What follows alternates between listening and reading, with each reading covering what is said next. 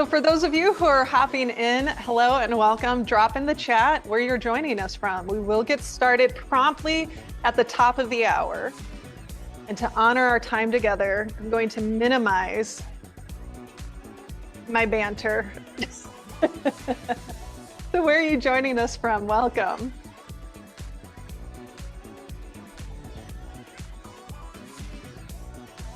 Hi, Bree. Catch a can, Ashley. I have time to say hello to my Alaskan friends. Absolutely. I was so excited to see your order come through. I was like, I miss my Catch a Can friends. Hello, Colorado. Hi, Melissa. Whenever someone says Colorado, you have to say beautiful in Colorado. Yeah. I think that's just the required response to Colorado. Okay. You know gorgeous. why that is not my default is because Teresa, while we have 4 minutes before we start, the first time that I went to Colorado, I had such severe altitude sickness that they thought I had bleeding on my brain. So anyway, that's a fun way to start our almost so beautiful in Colorado most of the time. I can tell you that the ER folks were very nice, and I'm sure they were beautiful. Good. Well, beautiful ER there in Colorado. Good. We want to hear from some of our other friends who are joining us. Where are you joining us from? We'd love to hear. And Teresa, just so you know, I believe when people join, they don't see the question before they join. Hi, Audrey from Wisconsin. Hopefully we'll see you all this fall again. Good.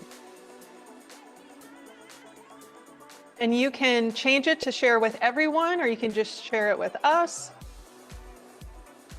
Hello, E69394.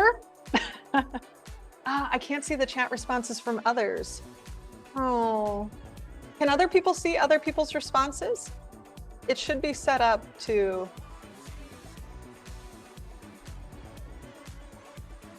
It is showing your employee ID, Adriel. Adriel, are you not able to see other people's? Okay, you can see all responses. Hi, Mary. Hi, Mary. Lexington, South Carolina, Rosalind. Awesome, good. We had this issue last year and I wanted to make sure, and I went in last night just to make sure we're good. Awesome. We'll get started in 2 minutes, but let us know where you're joining us from. So we have, I think Alaska wins so far until we have some friends from potentially up north in Canada we know might be joining us today. Don't know if they're joining us live. Montreal, yeah!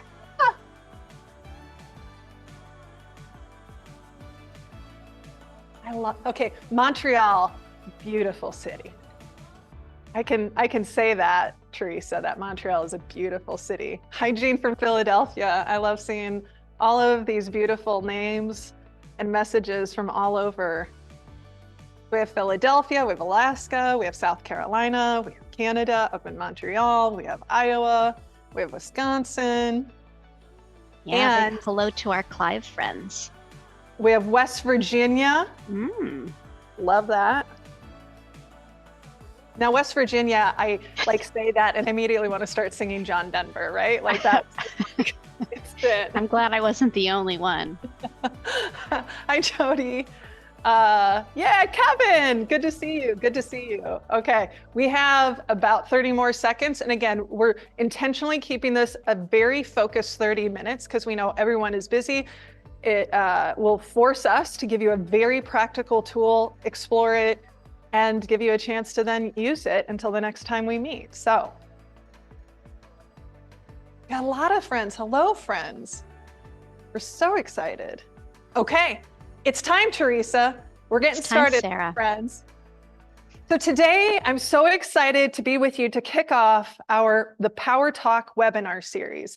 And as you know, from registering or being registered, this is a 7-part series. And you might be wondering, why did we focus on this? And the reason is because everything we do day in and day out, there's sort of 2 things we see repeatedly.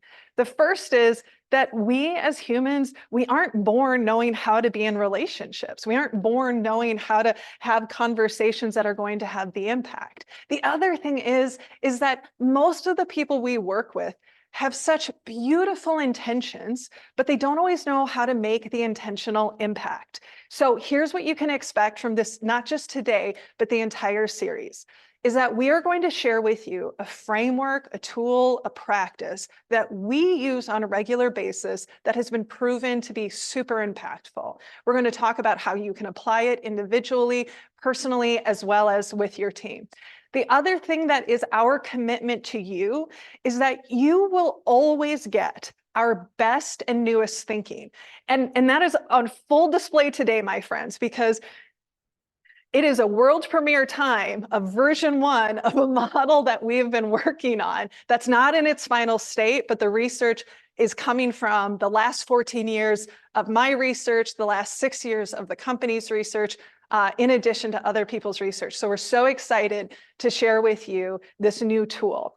Okay, so our focus today is on this idea of conversations that miss the mark, and how do we decrease them, and how do we increase our ability to notice when that's happening and what to do differently. But since it's the first time that some of you are working with us, so I think we have about 50 people online so far. Hello, everyone. Here's a couple of things you should know about working with the Sarah Noll Wilson Company crew. So a couple of logistics. First, if you need to, please enable captions. One of the things we love about a virtual experience is that it's much more accessible. So feel free to enable captions and do what you need to do in order to be present. Second, we want you to share in chat. If there are things that come up, ideas that are percolating for you, even if there's questions, please share in chat. Or even if there's something I share that you're like, oh, that makes me think of this. My colleague, Dr. Teresa Peterson, is on with us, and she will be supporting you in the chat. And so we love to have it. Or if you want to share emojis, right, to what other people are sharing or what we are sharing, just so you know, the greatest compliment you can get from our team is giving somebody a cookie. This is courtesy of our colleague, Amy, and this is our award. So cookie emoji is like, that was really good. The last thing that we want you to share with you is that you don't have to share publicly. There might be things that you have questions about that you don't want to ask publicly, or maybe you want to just send to us to maybe share with you afterwards. So know that you can share privately. And there's 2 ways you can do this. And Teresa, if you can drop this in the chat, just as a reminder. First, you can directly message Teresa.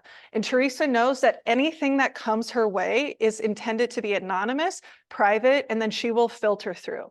You also can share to panelists and host, where just Teresa, myself, and our producer, Nick, will see this. In fact, that's where we want you to drop your main questions, because if we don't have time to answer those questions today, we will follow up when we share the resources afterwards and give you some insights to the questions you have. Okay, so let's hop into our time together with our very focused 27 minutes. All right, so to anchor us in this work today, and not just today, but the entire series, we have to understand a couple of key truths.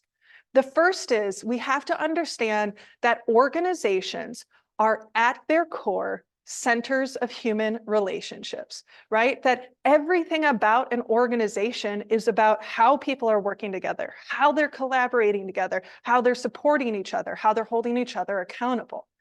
Organizations are not just policies and procedures and machines and technology. They are at their center human relationships.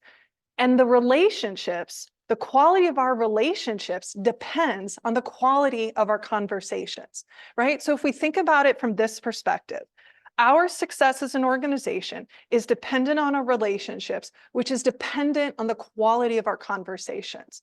Now, you might be asking, well, what makes a quality conversation? Well, it's a little tricky because it depends. What feels like a quality conversation to me might feel different than what a quality conversation is to you. So the way we like to frame it is through the lens of calling them intentional conversations, that a higher quality conversation is going to happen when we're more intentional. Let's break down the definition. Oh, and just a quick side note. You will get not only the recording of today, but I'm going to send you all of the slides from today, because some of these concepts are not new in practice, but new in how we're talking about it. We don't have formal handouts yet. So every single slide you're going to have access to afterwards. Okay, cool. Let's go back to intentional conversations. Intentional conversations work to meet the needs of the situation and the people involved. This is something we're going to be talking a lot about today, because when conversations miss the mark, they miss the mark often because there is a need that's not being met.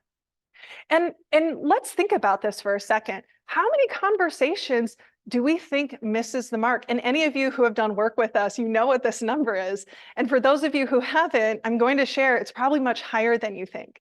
So this comes from the work of Judith E. Glaser and her work on conversational intelligence and research through the Stanford University. What they found is that when they looked at the conversations people were having, a total of 9 conversations out of 10 missed the mark. And I love this visual because when you think about it, when you think about the reality that our success personally, professionally is dependent on the quality of our relationships, and our relationships is dependent on the quality of our conversations, and we're missing 9 out of 10, right? We have some work to do. This is why we're talking today about strategies so that we can show up differently in our conversations or repair them more effectively on the back end.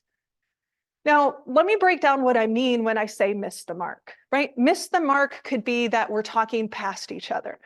Miss the mark could be we're making assumptions about what other people say. I cannot tell you how many times we see people say a word like, I value transparency, but we don't take time to define what it looks like for us, right? Maybe missing the mark means that we make assumptions. Maybe missing the mark is we are actually poking each other. Maybe missing the mark is we're distracted, we're deflecting, we're attacking.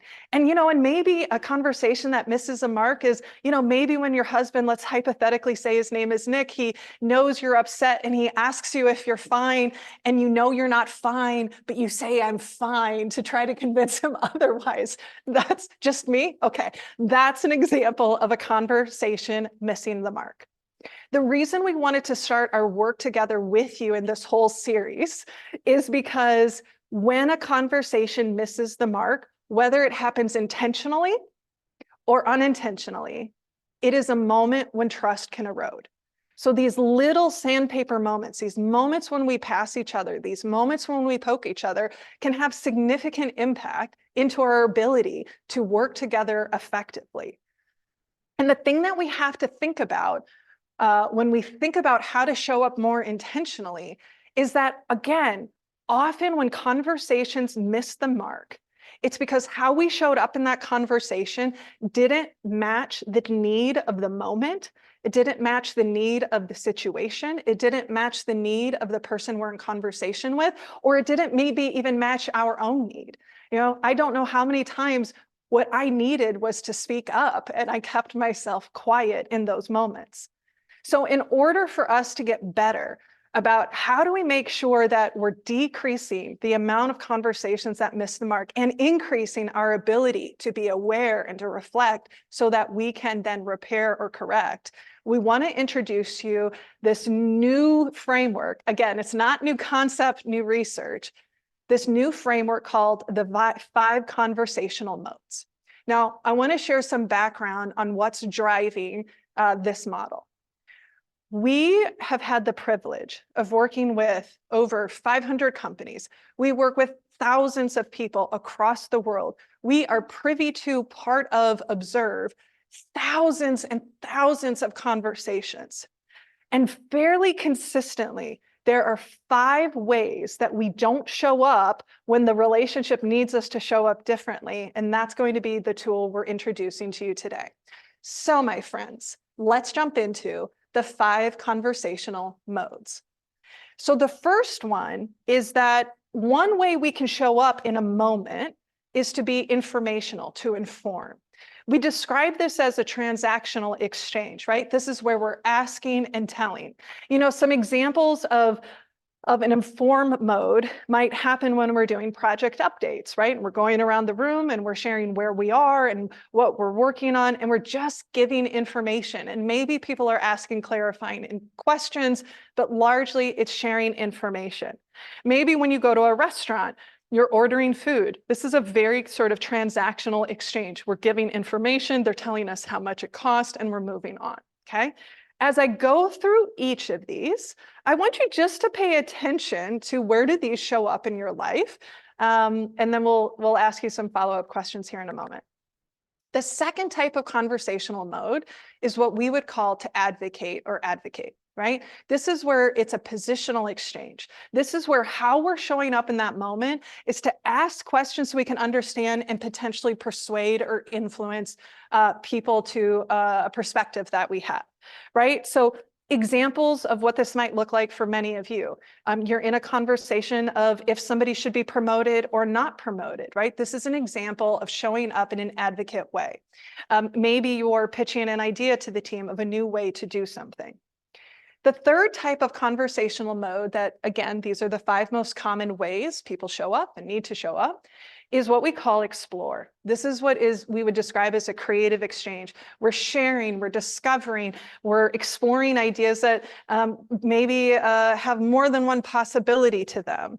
The way that these might show up in your world is when you're brainstorming, or maybe you're trying to diagnose a really challenging situation. The next 2 are ones that we don't talk about enough, but I want to tell you, and Teresa, back me up in chat. These are probably the 2 that we most often see people struggle with how to show up, and it's one of the quickest ways to erode a relationship. So the first is what we would call support. So a support mode in a conversation is where it's an empathetic, compassionate exchange. It's where we're listening to somebody and we're validating their experiences. Maybe this shows up like somebody had a really rough weekend. Or maybe you had a colleague who lost a potential client that they were working so hard to get, right? That there's some maybe heaviness to it or struggle, right? And so how we show up in those moments should be from a place of support. And the last one, and it's last for a reason, because it's the one that we see happen the most infrequently. And this is what we call repair mode. This is where it's a restorative exchange. We're acknowledging and we're healing, right? We're owning the role. Now, I know you're looking at these and going, yep, these make sense. I want to take a step back and talk through how we can use this insight of seeing our conversation styles, approaches, modes differently to make sure that we're not missing the mark. But first, what I want to do is I want to share with you 2 real situations. And then I want you to think about what need wasn't being met. How did the person who showed up maybe show up in a way that didn't support and serve the situation? So the first scenario, and this one happened quite a few years ago. I was working with an executive and his leadership team had provided very consistent feedback that they didn't feel like he had their back. Not only did they not feel like he had their back, and that was the language all of them used over and over through my analysis.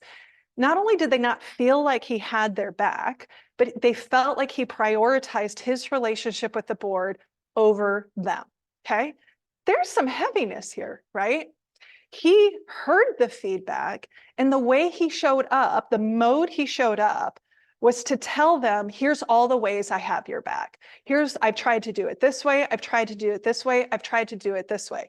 When we go back to the 5 conversational modes, he was in a place of informing them. You can imagine that this isn't what the people needed. From your experience, what do you think they might have actually needed from him in that moment using this framework? So instead of him telling them, here's the ways I've tried to have your back. Yeah, absolutely. Support, that validation of I can hear, and yes, yeah, absolutely.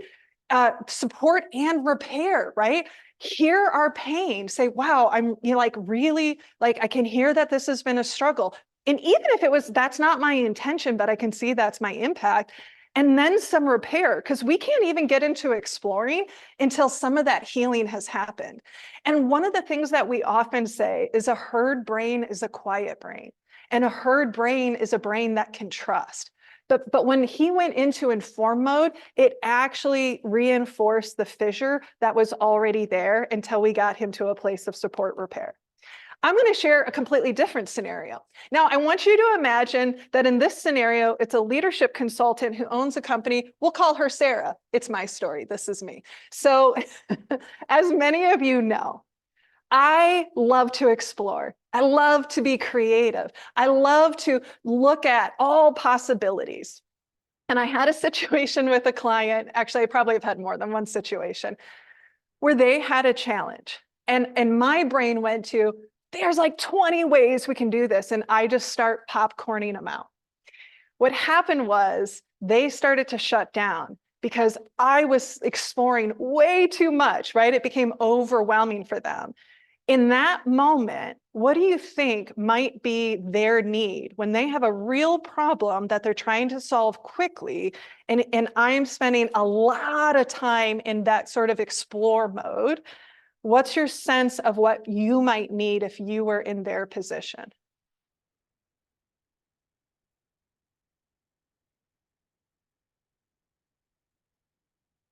And I wanted to bring this one up because it's a little bit more subtle and nuanced than the obvious ones when people need support. Yeah, potentially support, right? To do it. Danny, yeah, advocate, absolutely. And to inform all of this, right? So in this moment, I was so focused on my need to explore possibilities that I was missing out that they were overwhelmed and they basically needed me to lead out front and to advocate for a position and to help them understand here's the best path forward. Now, did it completely erode our relationship? No, but it could have started to really pull apart of like, is this somebody we want to work with? Does she meet our needs when we need her to in this moment? So what's so powerful about this model is it helps us see moments, it helps us see needs much more explicitly, and it can help us be able to show up more intentionally or repair it on the back end. So now I want to hear from all of you. I want you to think about, when was a time that someone missed the mark with you, right? When was the time when someone missed the mark with you, that what you needed in that moment wasn't what you got? And I don't want to know anything about, and don't put it in chat. We're going to show with you how you're going to share it in a moment. I want you to, we don't need details, but I want you to think about sharing, here's what I needed. I needed them to support me. I needed them to inform. I needed them to advocate, versus how did they show up? And I'll share an example that just happened recently. And this is such a simple situation that I think can happen a lot. Our furnace went out recently, and we had one of the best guys to come and explain our different options. But there were points in the conversation where he would ask questions like, well, what do you think would happen if you went with this option or this option? Almost like testing us so we could see that the better, right? The more expensive one was better. And I finally was like, I just need you to give us the information. I don't need to be tested on this, right? He was trying to explore, he was trying to approach it differently. But what we needed in that moment, also because our time was tight, right? Was like, just give us the information, we'll make the decision, we'll move forward. So here's how we're going to have you share. We want you to go to menti.com, and you can do this by opening up another window. You can use this on your phone, or you can do a photo and do a screenshot of this QR code.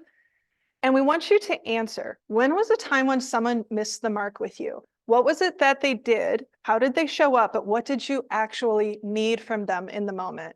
And as a loving reminder, Mentimeter is always anonymous. So just know that. So we'll give it a moment for you to respond.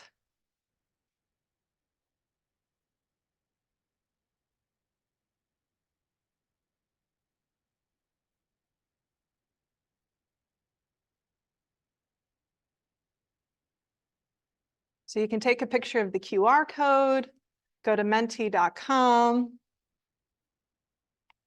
Yeah, so I wanted empathy to be heard, but I got suggestions for what to do instead. This is a super, super common one. Oh yeah. Reorganizations, right? Like when you're going through a massive reorg, you needed the support and empathy, and all you did was get informed. I needed repair, but they were in defense mode.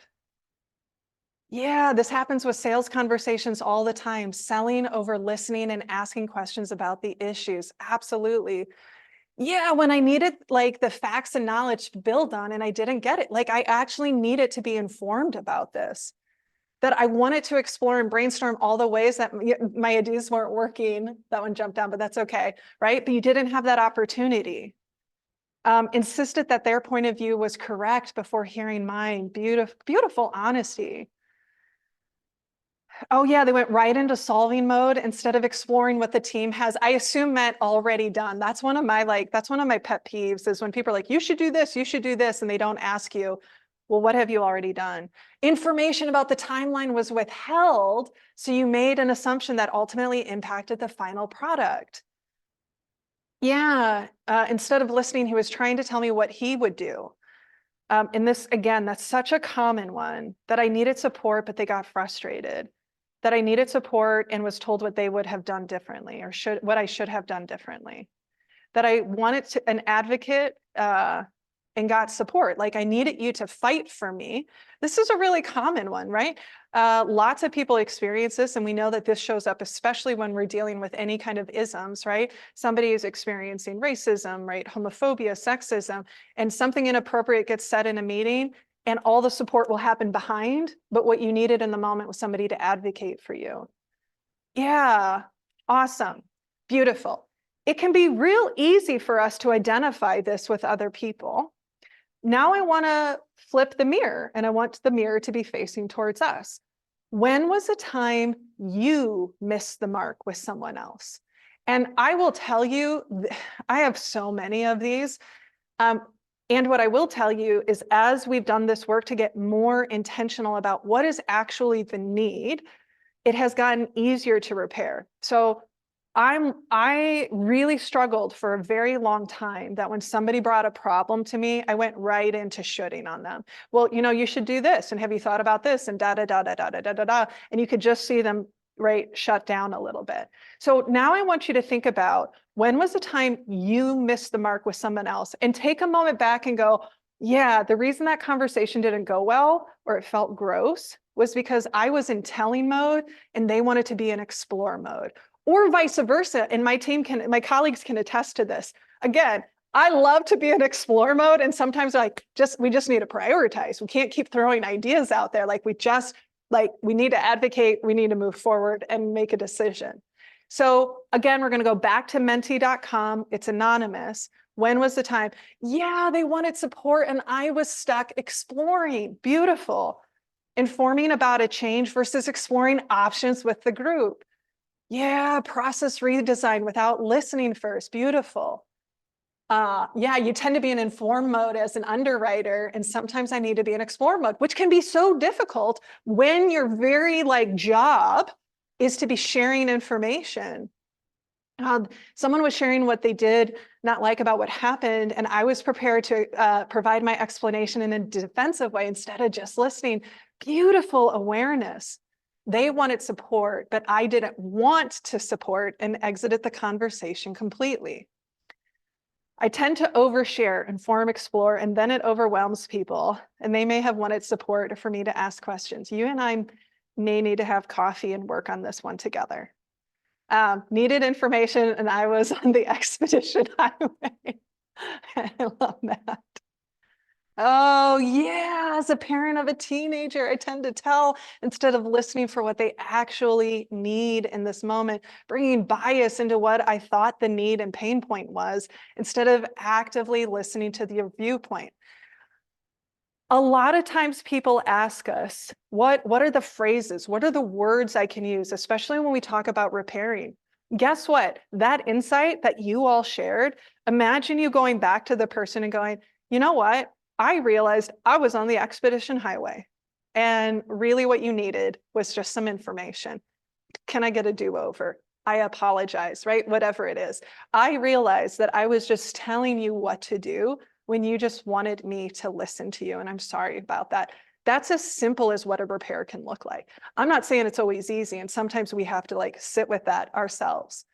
So you see how this can be valuable for us to see more nuances in what does the situation need, what do I need, what does the other person need, right? And how that informs how we show up. Most issues in relationships, conflict in relationships, always comes down to a need not being met. Now, does that mean we can meet all of the needs? Not necessarily, but we can respect them, we can honor them, we can say, I'm sure that this is really hard. I can validate someone's experience and not agree with it. I can validate that something's hard, knowing that as a company, we still have to make this decision, right? I can inform and support. I can, right, support and repair. And so our goal with this is to help you see your conversations through a much more nuanced and strategic lens so you can be even more intentional.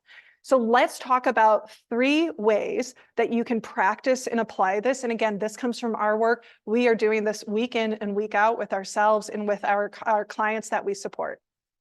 The first practice, and it's going to feel really obvious, but just because it's obvious doesn't mean it's like common practice. Anticipate and plan. So think about a conversation you will be having in the next week or two. And what type of conversational modes or needs do you anticipate will emerge, right? And how do you need to show up with that? Maybe you know that your colleague is feeling really tender because something's happening in their outside of their world. Maybe somebody got passed over for a promotion. How can I show up in a way more intentionally to meet that need? The second thing that we always need to be aware of is what traps do you need to be aware of avoiding? No surprise, the number one conversational mode in like, especially in corporate America, I'll speak to that, is informing. It's easy for people to just talk at. It's easy for people to give information. It's easy for people to tell people what to do. And there's a lot of reasons for this. It could be because they have been rewarded, right, for having the right answers. It's because biochemically they're getting rewarded for it. So what are the traps you need to be aware of and work to avoid that? Our second practice that you can do is what we call reflect and correct. Just like you did on this second question, so beautifully, might I add, think about a conversation you had that missed the mark or didn't feel good. And what conversational need, right, wasn't being met? How did you show up differently than maybe what the moment needed, maybe what the person needed, or maybe even what you needed? And then what steps could you take to repair? And again, repairing can be with another person. Repairing can also be with yourself. If I didn't advocate and I want to come back and be like, I wasn't clear enough, right, about how I felt about this. Or I realized I stayed quiet when you said that inappropriate thing, and that's not how I want to show up. The third practice, and this is one that we think everyone who's a team on this call should do. You can do it individually or as a team. Explore your comfort, discomfort. And here's what this looks like. What conversational needs or modes are easiest for us to, like, what are the conversational needs that are easiest for us to meet? Which conversational needs are the most difficult? Where are the situations where we have to make sure we get it right? Or at least we work to get it right in those moments. So one thing that we will tell you, don't be surprised when you reflect on this, and as a team, you're probably pretty good with inform and advocate. You might be decent with explore. You probably struggle with support and repair. Those are the 2 that groups always struggle with. So we want to leave you with one more little tool for how you can think about this. One of the things we often hear is how valuable it is to have starter statements, right? What does this look like? So this is one that you probably have heard, and if you have not used it, please use this one. Do you need me to help you solve or just listen? Do you want my ideas about this, or do you want me to help you explore it? Do you need, like you can think about using any of those different modes in this. This is a way to get more explicit about what people need. And I will tell you, 99% of the time, people just want to listen. And for those of you who are like, yeah, Sarah, but I have a really great example and I went through something similar and I just want to tell them how not to do it. Great, offer it as an invitation. Would it be helpful if I shared with you what worked for me? All right, let's go back to it. One of the things I like to do is to say, hey, I appreciate what you're giving me. I appreciate your ideas. What I actually need right now is your recommendation, right? And it's just a very like, I'm seeing what you're giving. I appreciate what you're bringing to the table. What I really need in this moment is your recommendation. And then when it comes to repair, and we talked about this earlier, it can be super simple as saying, I'm sorry, I was telling you what to do instead of asking for your thoughts. Will you please tell me more about your challenge? So these are just some really simple entry point phrases. So as we come down to our time, we told you it was going to be a tight 30, but we're packing it in, folks. I just want to do a quick reflect and share.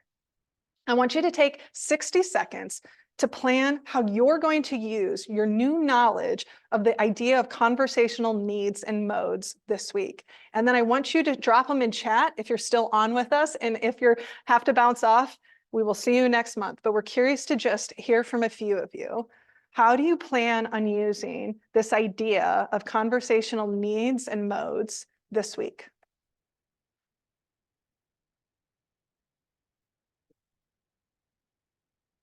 And as you're thinking and drop it in, I want to be thoughtful about winding down our time, but please like drop them in. We'll be here. We'll read them. But as we continue on, we want to thank you for showing up to this first session. So a couple of things to expect. You will get a copy of the recording within the next 24 hours. Krithika, yeah, you're going to use it on your 11-year-old. Angela, repair with an employee. Fun fact about the word repair that my colleague Paul just shared.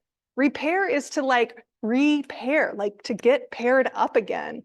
I love that. Beautiful. Keep them coming. Teresa's going to give you love. I'm going to wrap up the session. The thing when we think about this work, now Nick's all over the place. Here we go. I got you, Nick.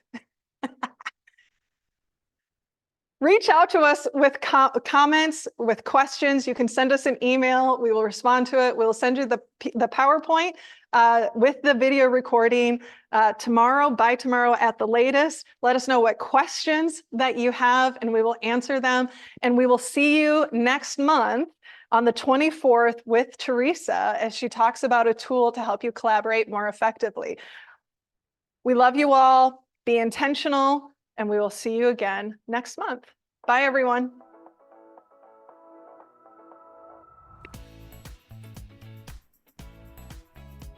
Oh, hi, Drew. Is it really you?